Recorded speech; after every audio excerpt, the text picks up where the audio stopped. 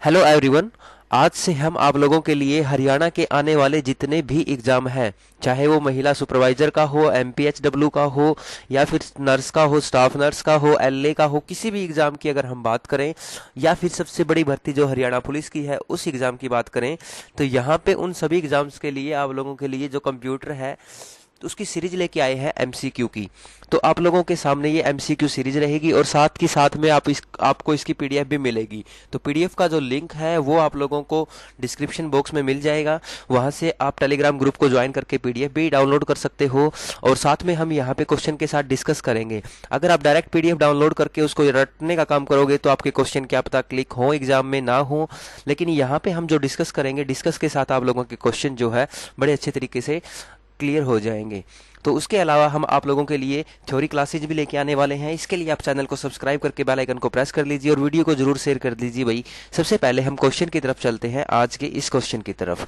तो सबसे पहला क्वेश्चन है, वह हार्डवेयर डिवाइस कौन सी है, ठीक है, जिसे आमतौर पर कंप्यूटर का ब्रेन बोलते हैं। तो कंप्यूटर का ब्रेन, कंप्यूटर का मस्तिष्क, कंप्यूटर का दिमाग हम बोलते हैं सीपीयू को। सीपीयू का मतलब क्या है? एक सेंट्रल प्रोसेसिंग डिवाइस। ये आपका एक प्रोसेसिंग डिवाइस होता है। उसके बाद सेकंड क्वेश्चन है, किसी भी प्रोग्राम में बग क्या होता है? तो बग हम बोलते हैं दोस्तों किसी भी एरर को, यानी कि प्रोग्राम के अंदर जब कोई एरर आ जाता है तो उस एरर को हम क्या बोलते हैं? बग बोलते हैं। और इस बग को रिमूव करने के लिए या एरर को रिमूव करने के लिए हमें किसकी जरूरत होती है? डीबगर की जरूरत होती है, ठीक है। बग के आगे लगा देना डीबगर, डीबगर हो जाएगा। तो डीबगर क्या करता है? इस एरर को रिमूव करने का काम करता है। उसके बाद हम बात करते हैं नेक्स्ट क्वेश्चन की। निम्न में से कौन सा कंप्यूटरों को टेलीफोन लाइन के प्रयोग करके डेटा अंतरित करने की अनुमति देता है? अब देखो, जो टेलीफोन लाइन के साथ हमारा कंप्यूटर जुड़ा रहता है वो जुड़ा रहता है मॉडेम के साथ। तो मॉडेम आपका क्या है? मॉडेम का मतलब सबसे पहले तो हम बात करते हैं कि मॉडेम आपका एक ऐसा डिवाइस है जो आपको एनालॉग सिग्नल को, यानी कि टेलीफोन लाइन के द्वारा जो सिग्नल आ रहा है एनालॉग सिग्नल, उस एनालॉग सिग्नल को तो डिजिटल सिग्नल में कन्वर्ट कर देता है। और डिजिटल, अगर हम बात करें डिजिटल सिग्नल की, तो डिजिटल को वो किस में चेंज कर देता है? एनालॉग के अंदर चेंज कर देता है। तो ये दोनों काम करता है, एनालॉग सिग्नल को डिजिटल में भी और डिजिटल को एनालॉग में भी। तो इसीलिए ये इनपुट आउटपुट डिवाइस की कैटेगरी के में भी अंदर इसको काउंट करते हैं। इसके अलावा मॉडेम के बारे में क्वेश्चन बनता है कि मॉडेम की फुल फॉर्म क्या है? तो मॉडेम की जो फुल फॉर्म है वो है modulator demodulator, modulator demodulator. Clear है? तो ये क्वेश्चन भी आपका हो गया। उसके बाद नेक्स्ट क्वेश्चन की बात करते हैं। उसके बाद नेक्स्ट क्वेश्चन की तरफ देखते हैं। पहला सक्रियात्मक इलेक्ट्रॉनिक अंकीय कंप्यूटर, या आपसे बोला जाए जो आपका first electronic numeric computer, first electronic numeric computer कौन सा था? तो यहाँ पे आप लोगों के सामने जो आंसर दिए गए हैं इसके अंदर आएगा इनियक। इनियक के बारे में सबसे अच्छा क्वेश्चन क्या बनता है कि आपका ये पूर्ण रूप से इलेक्ट्रॉनिक कंप्यूटर था। एक तो पहला क्वेश्चन बन गया। दूसरा क्वेश्चन बनता है इसकी फुल फॉर्म क्या है? तो इनियक का मतलब होता है, इनियक का आपको फुल फॉर्म अगर पूछ ली जाती है एग्जामिनर से, एग्जामिनर इसकी इन चारों की ही फुल फॉर्म पूछता है वैसे तो आप लोगों से। तो इन चारों की ही full form very very important है। सारी की सारी फुल फॉर्म जो है आपको इनके लिए एक सेपरेट वीडियो भी बना दी जाएगी और उसके लिए आपको पीडीएफ भी दे दी जाएगी। भाई जितनी भी फुल फॉर्म है वो आपको एक पेज के ऊपर मिल जाए, ताकि आप लोगों को एक बार में ही इकट्ठी फुल फॉर्म एक जगह से तैयार कर लें। तो अब देखो यहाँ पे इसकी फुल फॉर्म क्या है? Electronic numerical integrator, electronic numerical integrator automatic calculator. तो ये आपकी इनियक की फुल फॉर्म है। इसको बनाने वाले दो साइंटिस्ट थे। इसको बनाया किसने था? इसको बनाया था जॉन मैचुली ने। किसने बनाया था? जॉन मैचुली ने। और जे प्रेस्पर एक्कर्ट ने, जे प्रेस्पर एक्कर्ट, जे प्रेस्पर एक्कर्ट। तो ये दो साइंटिस्ट थे जिन्होंने इनियक को बनाया था। कब बनाया गया था? 1940 के अंदर बनाया गया था। और फर्स्ट जनरेशन के अंदर ये चारों के चारों कंप्यूटर आते हैं। अगर आपसे पूछा जाए कि इनमें से ऐसा कौन सा कंप्यूटर है जो फर्स्ट जनरेशन के अंदर आता है, तो प्रथम पीढ़ी के कंप्यूटर के अंदर इन चारों कंप्यूटर की गणना की जाती है। लेकिन पहला इलेक्ट्रॉनिक न्यूमेरिक कंप्यूटर कौन सा था? आपका इनियक था। याद रखना है आपको, वेरी वेरी इंपॉर्टेंट है ये। उसके बाद नेक्स्ट क्वेश्चन की हम बात करते हैं। क्वेश्चन नंबर है हमारा नेक्स्ट, तो यहाँ पे इसको इरेज कर देते हैं। तो नेक्स्ट क्वेश्चन के अंदर पूछा गया है, निम्न में से कौन सा सही रूप है? तो कौन सा सही रूप है यहाँ पे हमें डिस्कस करना है कि निम्न में से कौन सा सही रूप है। तो यहाँ पे देख लेते हैं थोड़ा सा क्वेश्चन नंबर 5 को। तो विंडो वर्ल्ड वाइड या web working window, window working web, या वर्ल्ड वाइड वेब। तो आपको पता लग रहा होगा फोर्थ ऑप्शन जो दिखाई दे रहा है वर्ल्ड वाइड वेब। अब देखो यहाँ से भी क्वेश्चन बन जाते हैं एग्जाम के अंदर। यहाँ से क्वेश्चन क्या क्या बन सकता है एग्जाम के अंदर? एग्जाम से पहला क्वेश्चन बनता है कि वर्ल्ड वाइड वेब, जो ये वर्ल्ड वाइड वेब है इसकी खोज किसने की? ठीक है, या WWW की फुल फॉर्म क्या है? तो वर्ल्ड वाइड वेब। इसकी खोज किसने की थी? इसकी खोज की थी भाई टीम बर्नर्स ली। तो TBL आप याद रख सकते हो, टीम बर्नर्स ली ने वर्ल्ड वाइड वेब की खोज की थी। याद रखना है, वेरी वेरी इंपॉर्टेंट है। CPU का अर्थ क्या होता है? CPU का मतलब आपको पता ही है, सेंट्रल प्रोसेसिंग यूनिट। उसके बाद है निम्नलिखित उत्पादों में से कौन सा उत्पादन पेंटियम ब्रांड के नाम से बेचा जाता है? तो पेंटियम ब्रांड के नाम से कौन सा उत्पाद बेचा जाता है? तो CPU जो है आपका, सेंट्रल प्रोसेसिंग यूनिट जो है CPU, ये आपका पेंटियम का आता है। अगर हम बात करें पेंटियम से related, very very important question भी आपके एग्जाम के अंदर बनते हैं। तो पेंटियम जो प्रोसेसर हम यूज करते हैं कंप्यूटर्स के अंदर, वो मोस्टली हमारा क्या होता है? पेंटियम का यूज करते हैं। पेंटियम का प्रोसेसर आता है। तो प्रोसेसर जो है हमारा, प्रोसेसर को हम क्या बोलते हैं? प्रोसेसर को ही हम बोलते हैं CPU। ठीक है, तो प्रोसेसर को हम क्या बोलते हैं? CPU, जिसे कंप्यूटर का मस्तिष्क या कंप्यूटर का दिमाग भी कहा जाता है। तो वेरी वेरी इंपॉर्टेंट है, तो आप इसको भी याद रख लीजिएगा। नेक्स्ट क्वेश्चन की अगर हम बात करें, नेक्स्ट क्वेश्चन हमारा है WWW के आविष्कारक तथा संस्थापक। ये क्वेश्चन आगे आ भी गया। WWW मैंने अभी बताया है टीम बर्नर्स ली। तो टीम बर्नर्स ली ने बनाया था इसको, WWW को, याद रखिएगा, वेरी वेरी इंपॉर्टेंट है।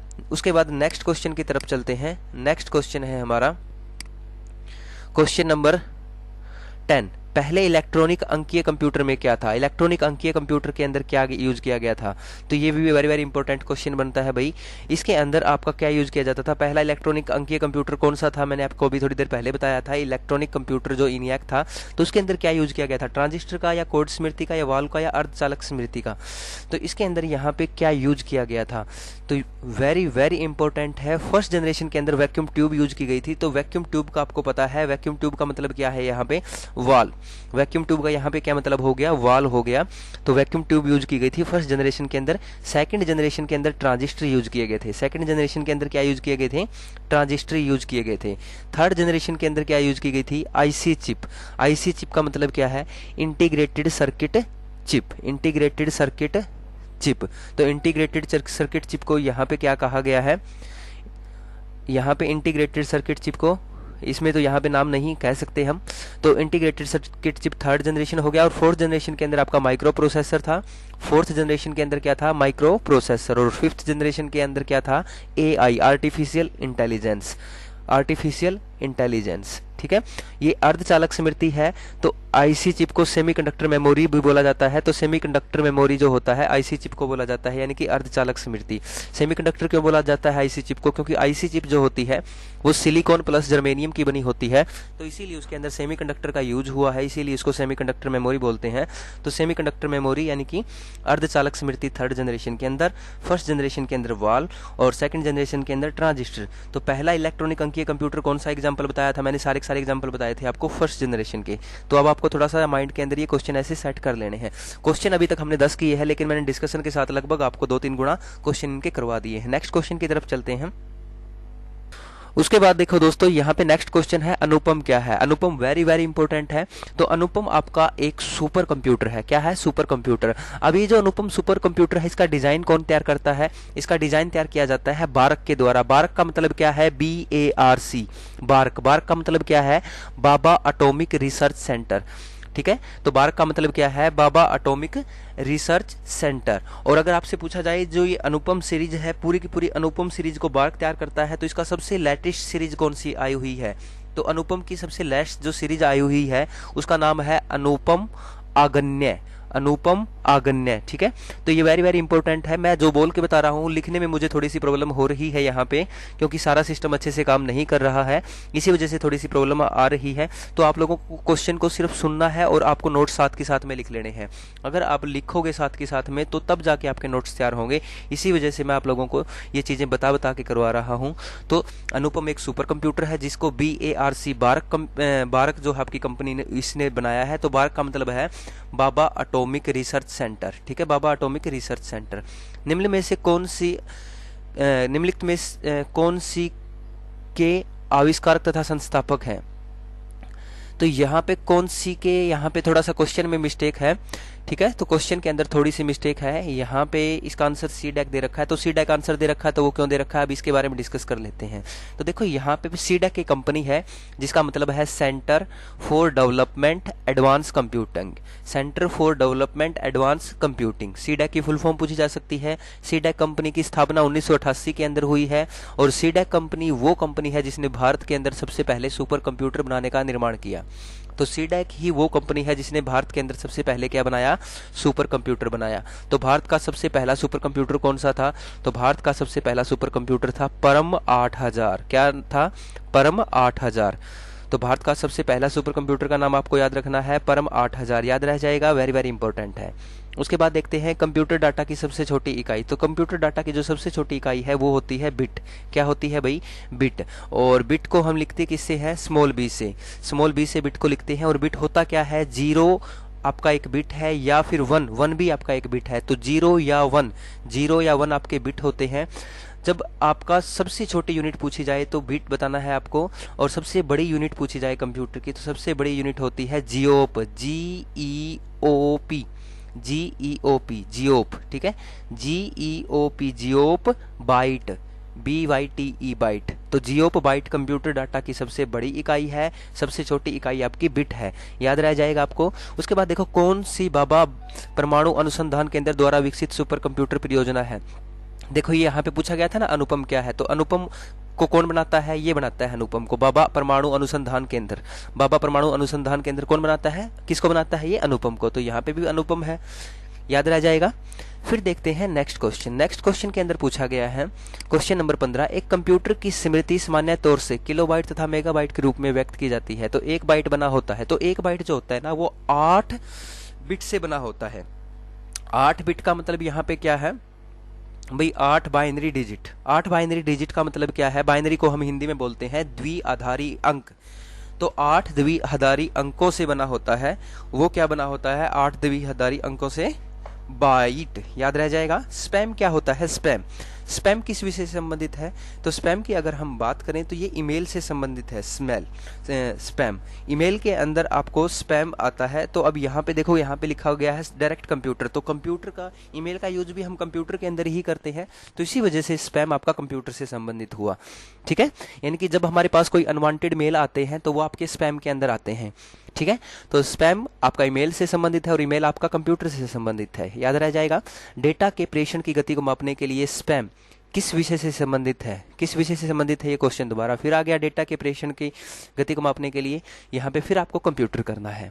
इंस्ट्रक्शन के उस समूह को क्या कहते हैं जो कंप्यूटर को बताता है कि क्या करना है, यानी कि कंप्यूटर को क्या करना है यह कौन बताएगा, प्रोग्राम बताएगा। कौन बताएगा, प्रोग्राम बताएगा, ठीक है, याद रह जाएगा। उसके बाद नेक्स्ट क्वेश्चन की तरफ चलते हैं, क्वेश्चन नंबर 19। क्वेश्चन नंबर 19 के अंदर पूछा गया है निम्न में से कौन भारत की सबसे बड़ी सॉफ्टवेयर कंपनी है। तो भारत की सबसे बड़ी जो सॉफ्टवेयर कंपनी है वो कौन सी है, तो वो है आपकी भारत की TCS।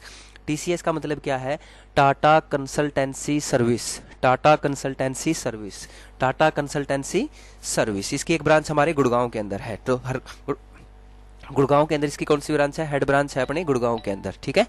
जब कोई कंप्यूटर कोई कर्मादेश लागू करता है, जब कोई कंप्यूटर कर्मादेश लागू करता है तो वह कर्मादेश कहाँ पर अटक जाता है, तो वो कर्मादेश कहाँ पे अटक जाता है, यानी कि जब कोई कंप्यूटर कर्मादेश लागू करता है तो वो कहाँ पर कर्मादेश अटक जाता है। तो देखो वह कहाँ पे अटकेगा, रैम के अंदर अटकेगा। रैम का मतलब क्या है, रैंडम एक्सेस मेमोरी। यानी कि हम कंप्यूटर को कोई भी इंस्ट्रक्शन देते हैं, कुछ भी कमांड देते हैं, तो वो सबसे पहले जो आपका डेटा प्रोसेस करने के बाद आपका लोड होता है वो आपका मेमोरी के अंदर लोड होता है। और मेमोरी की अगर हम बात करें तो वो रैम के अंदर लोड होता है। तो याद रखिएगा, RAM very very important. RAM क्या है, एक आपकी एक वोलेटाइल मेमोरी है रैम जो है आपकी वोलेटाइल के साथ टेम्परेरी मेमोरी है। रैम को हम सेमीकंडक्टर मेमोरी भी बोलते हैं, प्राइमरी मेमोरी भी बोलते हैं। तो ये सारे क्वेश्चन रैम के हैं। उसके बाद नेक्स्ट क्वेश्चन की तरफ चलते हैं, कंप्यूटर की स्थायी स्मृति को क्या कहते हैं। तो कंप्यूटर की स्थायी स्मृति के अंदर कौन कौन आता है, रोम आएगा। कंप्यूटर की स्थायी स्मृति के अंदर कौन आ जाएगा, यानी कि परमानेंट मेमोरी कौन सी है कंप्यूटर की, रोम आ जाएगा। क्लियर है। उसके बाद देखते हैं नेक्स्ट क्वेश्चन। तो नेक्स्ट क्वेश्चन के अंदर पूछा गया है, नेक्स्ट क्वेश्चन, निम्न में से कौन निर्गम उपकरण नहीं है। तो निम्न में से कौन निर्गमो उपकरण नहीं है, तो ऐसा कौन सा है जो निर्गमो उपकरण नहीं है। इसका मतलब क्या हुआ यहाँ पे, इसका मतलब यहाँ पे देखो इंकजेट आपका एक प्रिंटर होता है, ठीक है। प्लॉटर आपका प्रिंटर का बड़ा रूप होता है, प्लॉटर प्रिंटर का बड़ा रूप होता है। और स्पीकर क्या होता है आपका, स्पीकर भी आपका क्या है, एक आउटपुट डिवाइस है, प्लॉटर भी आउटपुट डिवाइस है। और इंकजेट, इंकजेट आपका एक प्रिंटर का ही टाइप है, तो ये भी आपका एक आउटपुट डिवाइस है। तो इंकजेट प्रिंटर, प्लॉटर और स्पीकर, ये तीनों के तीनों आउटपुट डिवाइस है। अब यहाँ पे पूछा गया है प्रकाशित लक्षण अभिज्ञाता। प्रकाशित लक्षण अभिज्ञाता का मतलब यहाँ पे क्या है, ये एक आपका आपका इनपुट डिवाइस है, यानी कि ये एक निर्मम उपकरण नहीं है, यानी कि आउटपुट डिवाइस नहीं, आउटपुट डिवाइस की कैटेगरी के अंदर ये नहीं आएगा। तो यहाँ पे इसका आंसर रहेगा ये। पहली कंप्यूटर भाषा कौन सी विकसित की गई थी, तो पहली कंप्यूटर भाषा जो विकसित की गई थी वो की गई थी फोर्ट्रान। फोर्ट्रान के बारे में क्वेश्चन बनता है, इसकी फुल फॉर्म क्या है, फॉर्मूला ट्रांसलेशन। फॉर्मूला ट्रांसलेशन ये कब आई थी, ये आपकी 1957 के अंदर आई थी। कब आई थी, 1957 के अंदर। पूछा जाए कौन सी जनरेशन के अंदर आई है, दूसरी जनरेशन के अंदर आई। कौन सी जनरेशन के अंदर आई, सेकंड जनरेशन के अंदर आई, याद रह जाएगा, 1957 के अंदर। कंप्यूटर के लिए आईसी चिप आमतौर पर बनाए जाते हैं, ये सिलिकॉन प्लस जर्मेनियम के बनाए जाते हैं। किसके बनाए जाते हैं, silicon plus germanium, silicon plus germanium, ठीक है। IC chip, integrated circuit chip, integrated circuit chip. निम्न में से कौन सा खालिस्तान का हिस्सा नहीं है, पता नहीं है क्या लिखा हुआ है। अब देखो यहाँ पे ये समझ में नहीं आ रहा है भाई क्या लिखा हुआ है, तो इस क्वेश्चन को स्किप कर देते हैं और इस क्वेश्चन के बजाय हम आगे वाला क्वेश्चन कर लेते हैं, ठीक है। क्वेश्चन के बजाय आगे वाला क्वेश्चन देख लेते हैं। लेजर प्रिंटर में निम्नलिखित में से कौन सा एक लेजर प्रकार का प्रयुक्त होता है, तो निम्न में से कौन सा आपको देखना है भाई यहाँ पे, जिसके अंदर हम लेजर का प्रयोग करते हैं। लेजर का मतलब क्या होता है, LASER, लेजर। लेजर का मतलब क्या है, एल का मतलब होता है लाइट, ए का मतलब एम्पलीफिकेशन, एस का मतलब स्टिमुलेटेड, ई का मतलब एमिशन, आर का मतलब रेडिएशन। यानी कि light amplification stimulated, light amplification stimulated emission of radiation, laser की फुल फॉर्म पूछी जा सकती है। अब देखो लेजर प्रिंटर, लेजर प्रिंटर के अंदर हम क्या यूज करते हैं, डाई लेजर, गैस लेजर, अर्धचालक लेजर या उत्तेजीय लेजर। यहाँ पे आएगा अर्धचालक लेजर, यानी कि इसके अंदर जो हम लेजर का यूज करते हैं वो सेमीकंडक्टर लेजर का यूज करते हैं, अर्धचालक का यूज करते हैं, ठीक है। तो ये गैस, डाई, ये सारे के सारे वैसे ही आपको नाम दे दिए गए हैं। तो जब हम आपको थ्योरी में करवाएंगे तो ये सारी चीजें वहां से कर सकते हो आप। तो इस वीडियो के अंदर आज हम इतनी ही क्वेश्चन डिस्कस करने वाले हैं, वीडियो ज्यादा लंबी हो जाएगी। तो इसके बाद नेक्स्ट पार्ट जो आएगा उसके बारे में आप लोगों के लिए कौन सी वीडियो बनाएं, किस तरह से आपको बनाएं, तो वो आप नीचे कमेंट सेक्शन में अपनी राय दे सकते हैं। आपका कंटेंट आपको कैसा लगा, तो वीडियो को जरूर शेयर करना। Thank you, have a good day, all the best.